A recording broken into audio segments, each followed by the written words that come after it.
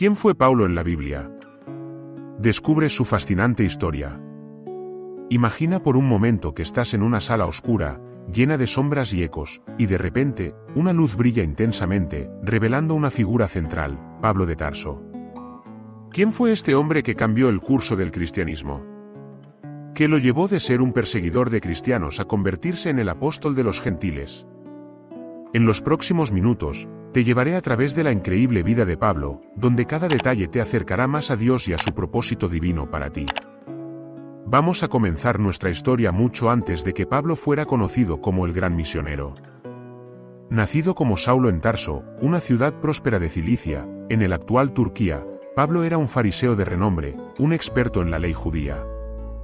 Pero su vida cambió radicalmente en un día que, sin duda, muchos considerarían un verdadero punto de inflexión. La escritura en Hechos 9:3 nos dice, y mientras iba, sucedió que al acercarse a Damasco, repentinamente le rodeó un resplandor de luz del cielo. Este momento de conversión no solo marcó el comienzo de su ministerio, sino que también nos enseña a todos sobre la gracia y el poder transformador de Dios.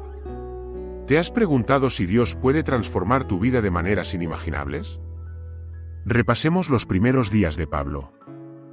Antes de recibir la luz del conocimiento, él participaba activamente en la persecución de los cristianos, convencido de que estaba haciendo lo correcto.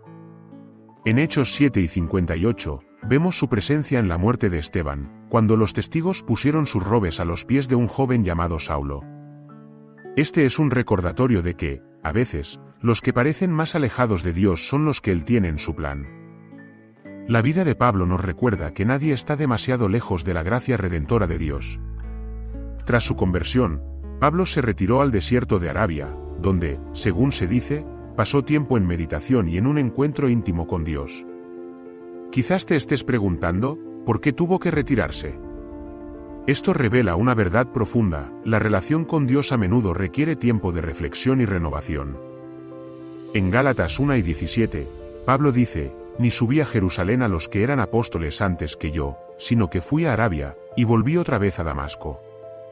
Este tiempo no fue solo para alejarse de los hombres, sino para acercarse más a Dios. ¿Estás dedicado a buscar ese mismo espacio con Dios en tu propia vida? Después de este tiempo revelador, Pablo se lanzó a su misión. En Hechos 13, se registra su primer viaje misionero junto a Bernabé.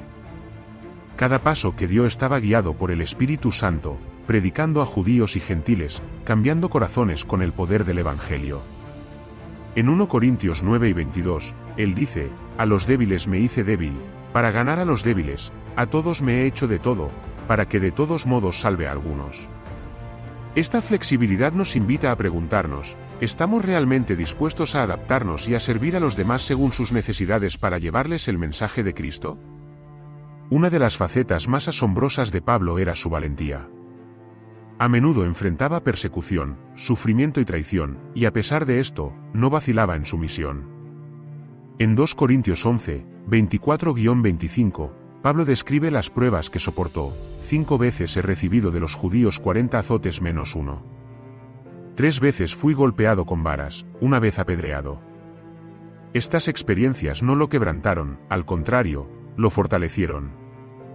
¿Te has sentido alguna vez abatido en tu camino de fe? Pablo es un recordatorio de que, incluso en medio de las más difíciles tribulaciones, Dios puede usar nuestras luchas para su gloria. Vamos a profundizar en cómo Pablo conectaba con la gente. Una de sus cartas más conocidas es la carta a los Romanos. Aquí, Pablo no solo habla sobre la salvación, sino que también presenta una teología profunda y accesible. En Romanos 1 y 16, declara, «Porque no me avergüenzo del Evangelio, pues es poder de Dios para salvación a todo aquel que cree». Este versículo es clave, ya que resalta la universalidad del mensaje de Cristo.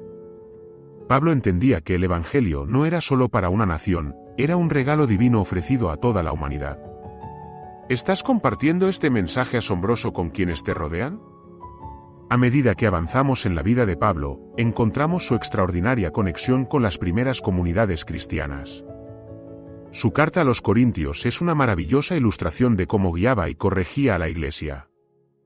En 1 Corintios 12, escribe sobre los dones del Espíritu, enfatizando que todos somos parte del cuerpo de Cristo. Este concepto de unidad en la diversidad es esencial para la Iglesia de hoy. ¿Cómo puedes contribuir mejor al cuerpo de Cristo? Pablo nos desafía a ser no solo receptores, sino también dadores y activos colaboradores en la obra de Dios. Hablemos ahora de la sorprendente manera en que Pablo fue encarcelado. En Filipenses 1, 12-14, nos cuenta con alegría cómo, incluso en prisión, su situación promovió el Evangelio. Así que, mis hermanos, quiero que sepan que lo que me ha sucedido ha servido para el avance del Evangelio. Es un recordatorio poderoso de que, a menudo, nuestros desafíos más difíciles pueden ser la plataforma para que Dios se glorifique aún más. ¿Te has preguntado cómo tus circunstancias podrían estar sirviendo a un propósito más grande? Uno de los aspectos más conmovedores de la vida de Pablo es su relación con la Iglesia y los creyentes. En su carta a Filemón, vemos un ejemplo radiante de restauración y reconciliación. Pablo intercede por Onésimo, un esclavo que había huido y se había convertido al cristianismo. Su carta no solo es un mensaje de perdón, sino también una poderosa representación del amor de Cristo que transforma vidas. ¿En qué áreas puede ser necesario que busquemos reconciliación en nuestras propias vidas? A medida que Pablo continuó su camino, fue un hombre constante de oración. En Efesios 6 y 18, nos aconseja a orar en todo tiempo con toda oración y súplica.